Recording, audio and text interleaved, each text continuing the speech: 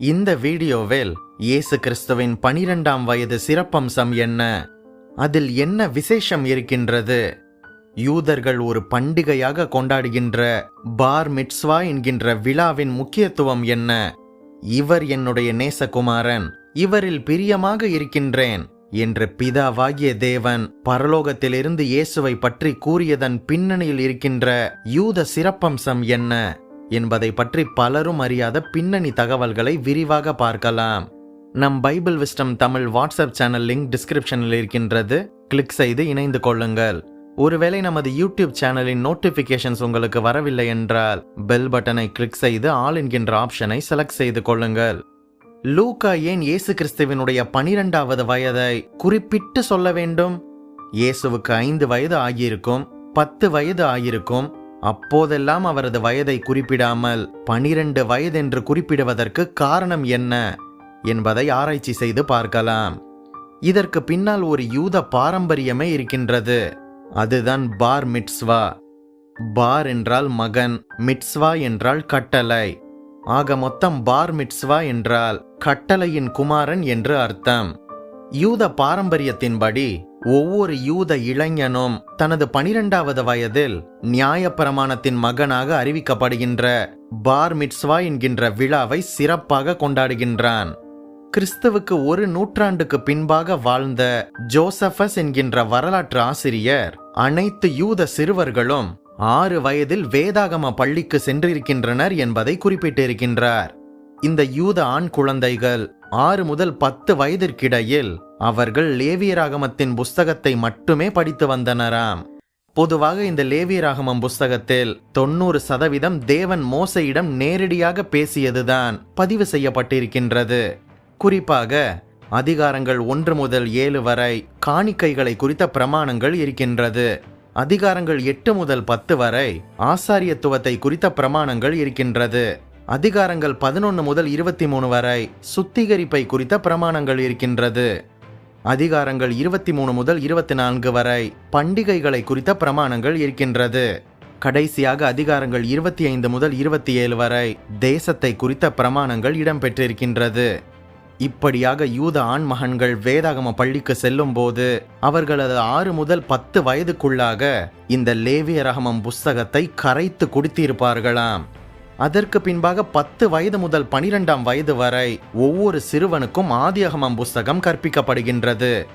இயேசு கிறிஸ்துவுக்கு 12 வயது வந்துவிட்டது. இப்படியாக பிதாவினால் தெரிந்து கொள்ளப்பட்ட நகரமாகிய எருசலேமுக்கு இயேசு கிறிஸ்து ஒரு புருஷனாக, அதாவது ஒரு ஆண் மகனாக பயணிக்கின்றார். உபாகமம் புஸ்தகம் 16:16 வசனத்தில் உன் ஆண் மக்கள் யாவரும் என்கின்ற வார்த்தையை நாம் பார்க்க முடியும். ஆகவே இந்த இயேசு கிறிஸ்துவின் 12வது வயது என்பது மிக முக்கியமானதாக இருந்திருக்கின்றது. அதுவும் இந்த யூத பாரம்பரியத்தின்படி இந்த இயேசு கிறிஸ்துவின் 12 வயது என்பது சமூக வாழ்வில் அவர் ஒரு ஆண்மகன் என்பதை தெரியப்படுத்துகின்றது. அதுபோக இந்த 12ஆம் வயதை ஒரு யூத ஆண்மகன் எட்டும்போது அந்த ஆண்மகன் யூத பாரம்பரியத்தின்படி தனது தந்தையின் தொழிலில் சேர்கின்றான், தனது தந்தையின் தொழிலை பின்பற்றுகின்றான். இயேசுவின் பெற்றோர் அவருடைய 12 வயதில் அவரை தேடி வந்தபோது, என் பிதாவுக்கு அடுத்தவைகளில் நான் இருக்க வேண்டியதென்று நீங்கள் அறியீர்களா என்று இது நிமித்தமாகத்தான் அவர் பதிலளிக்கின்றார். ஆம், தனது 12வது வயதில் என்னதான் அவர் உலக பிரகாரமாக ஒரு தச்சனின் குமாரனாக இருந்தாலும் கூட அவரின் உண்மையான பிதா பரலோகத்தில் இருக்கின்றார். தனது 12 வயதை இயேசு எட்டிய போது என் பிதாவுக்கு அடுத்தவைகளில் நான் இருக்க வேண்டியது அவசியம் என்பதை திட்டமும் தெளிவாக கூறுவதையும் நாம் பார்க்க முடிகின்றது.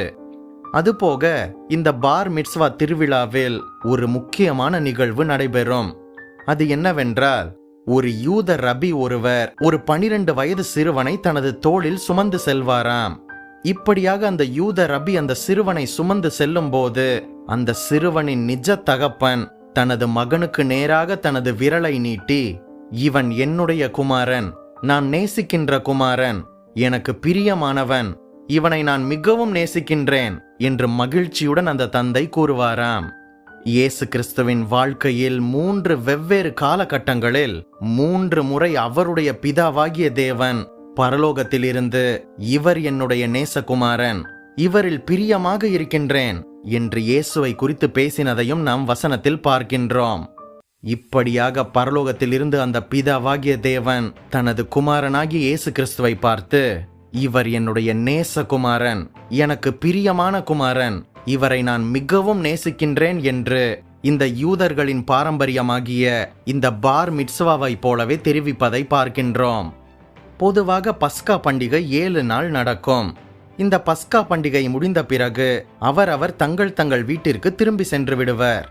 இயேசு கிறிஸ்து பயணம் செய்யும் கூட்டத்தாரோடு இன்னும் தெளிவாக சொல்ல வேண்டும் என்றால், இயேசுவுக்கு ஒத்த அவருடைய வயதுடையவர்களுடன் அவர் கூட இருப்பார் என்று நினைத்து யோசேப்பும் மரியாளும் வீட்டை நோக்கி செல்லத் தொடங்கினர். ஆனால் இயேசு கூட்டத்தோடு இல்லாததைக் கண்டு இயேசுவை தேடி திரும்பவும் எருசலேமுக்கு வந்தனர். இயேசு தேவாலயத்தில் அங்கிருந்த வேத பாரகர்களுடன் உரையாடி கொண்டிருந்தார். இயேசு கிறிஸ்து மொத்தம் 3 நாட்கள் தேவாலயத்தில் இருந்தார். அனைவரும் அந்த எருசலேம் தேவாலயத்தை விட்டு சென்ற பிறகும் கூட இந்த 3 நாள் இயேசு கிறிஸ்து வேத பாரகர்களோடு வேத பண்டிதர்களோடு உட்கார்ந்து அமர்ந்து வேத வாக்கியங்களை குறித்து பேசிக் கொண்டிருந்திருக்கின்றார் என்பது ஒரு 12 வயது சிறுவன் எந்த அளவிற்கு வேதத்தில் தேறினவனாக இருந்திருப்பான் என்பதை நாம் ஆச்சரியத்துடன் பார்க்க வைக்கின்றதல்லவா? நானும் உன் தகப்பனும் உன்னை தேடினோமே என்ற மரியாளின் கேள்விக்கு இயேசு கிறிஸ்து, என் பிதாவுக்கு அடுத்தவைகளில் நான் இருக்க வேண்டியதென்று அறியீர்களா என்று பதில் கூறுகின்றார். இந்த பதிலின் மூலம் நீங்கள் இருவரும் உலக பிரகாரமான ஒரு வளர்த்தெடுக்கின்ற பெற்றோர்களாக இருக்கலாம், ஆனால் என்னுடைய பிதா பரலோகத்தில் இருக்கின்றார் என்பதை மிக தெள்ளத் தெளிவாக இயேசு கூறுவதை பார்க்கின்றோம். அதுவரை உலக பிரகாரமான தனது தகப்பனுக்கு மகனாக இருந்த இயேசு இந்த 12ஆம் வயதை எட்டிய போது பார் மிட்ஸ்வா என்கின்ற விழாவின் போது யூத பாரம்பரியத்தின்படி ஒரு ஆண் மகனாக இயேசு நியமிக்கப்பட்ட போது தனது பரலோக பிதாவை முன்னிலைப்படுத்துவதை நாம் பார்க்க முடிகின்றது.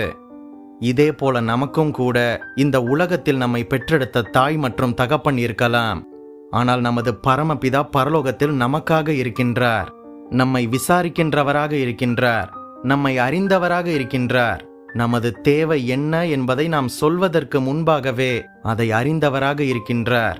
நம்மை பாதுகாக்கின்றவராக இருக்கின்றார், நம்மை வழிநடத்துகின்றவராக இருக்கின்றார், நமக்கு உதவி செய்கின்றவராக இருக்கின்றார். இயேசு கிறிஸ்துவின் மூலம் நாம் ஜெபிக்கும் போது நமது ஜெபங்களுக்கு பதில் தருகின்றவராக இருக்கின்றார். இயேசு கிறிஸ்துவை ஏற்றுக்கொண்ட நாம் அனைவரும் அவரது பிள்ளைகளாக இருக்கின்றோம்.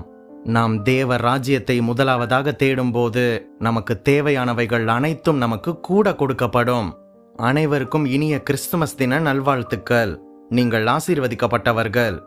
நம் பைபிள் விஸ்டம் தமிழ் சேனலுக்கு உங்களால் முடிந்த சப்போர்ட்டை செய்யுங்கள். இந்த வீடியோவையும் நமது சேனலையும் உங்கள் கிறிஸ்தவ நண்பர்களுக்கு அறிமுகம் செய்யுங்கள்.